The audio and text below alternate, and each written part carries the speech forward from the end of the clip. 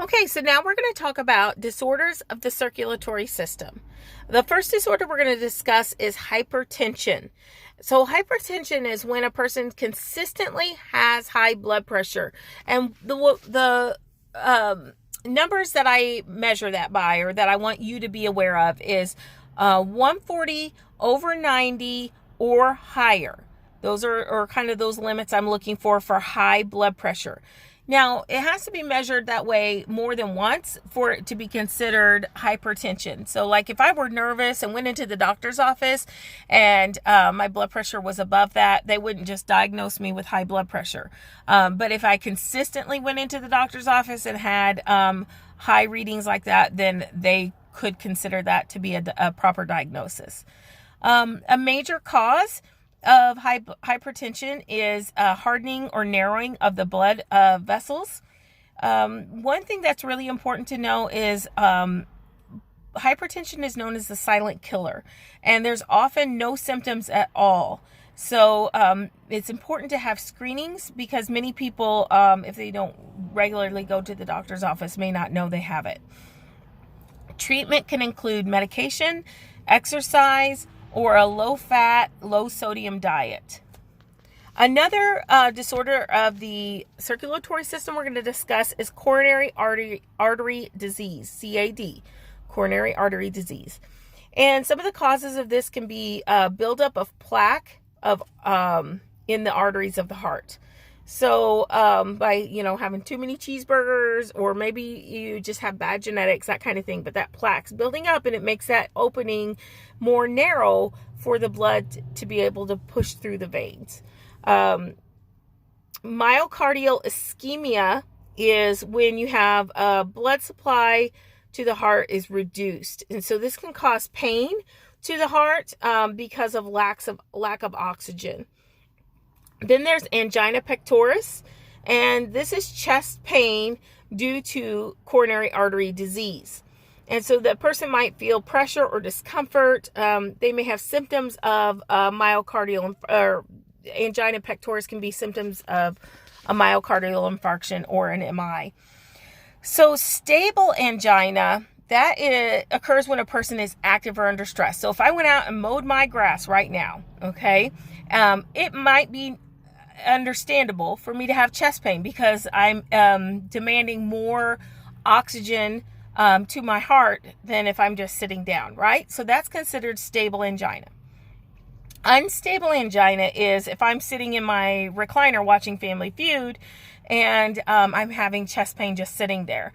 So I'm not having a increased demand of oxygen for my heart, and if I'm still having chest pain in the absence of that increased demand, then that is more serious. So that's considered unstable.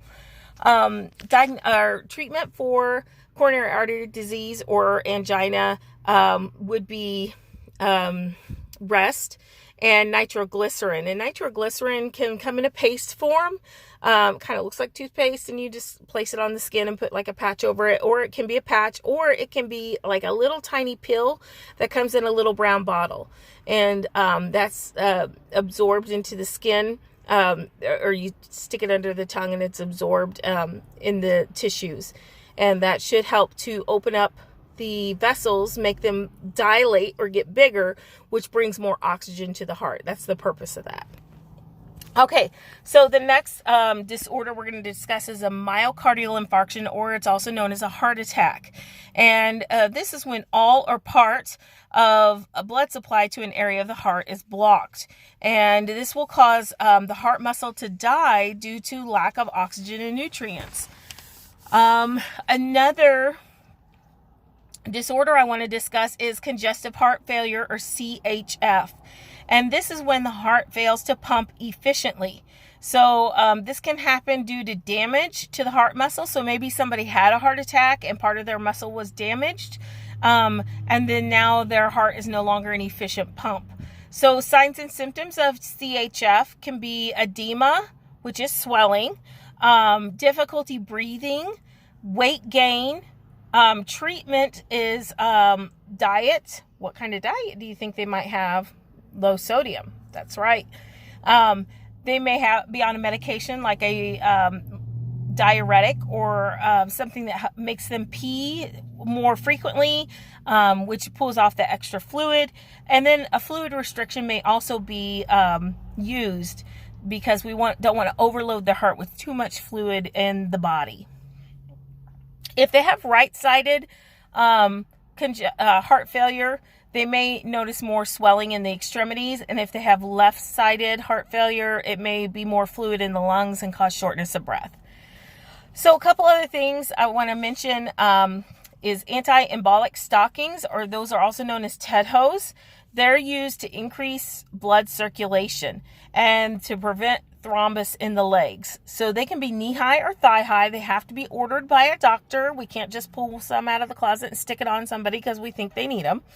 They have to be measured correctly, and they're very tricky to get on. The best time of the day to put on anti-embolic stockings or TED hose is when the first thing in the morning when the person's lying in the bed.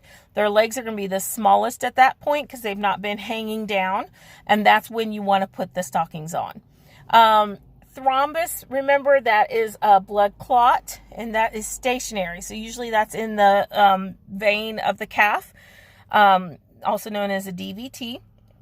An embolus is a blood clot that is moving. It is broken loose and it's moving through the circulatory system. This can lodge in the heart, lungs, or brain, and it can be fatal. It's known also as if it ends up in the lungs, it can be a pulmonary embolus. Then the last thing is the sequential compression device. And this is a machine when you're in the hospital, maybe you've had surgery, and it pumps up and it squeezes. You wrap it around your calves and it pumps air into it and squeezes it and relaxes and squeezes and relaxes. So it kind of simulates what it would be like if you were walking. And this is to prevent blood clots. So this is a sequential compression device, or an SCD. So those are some things I just wanted to share in regards to disorders of the circulatory system.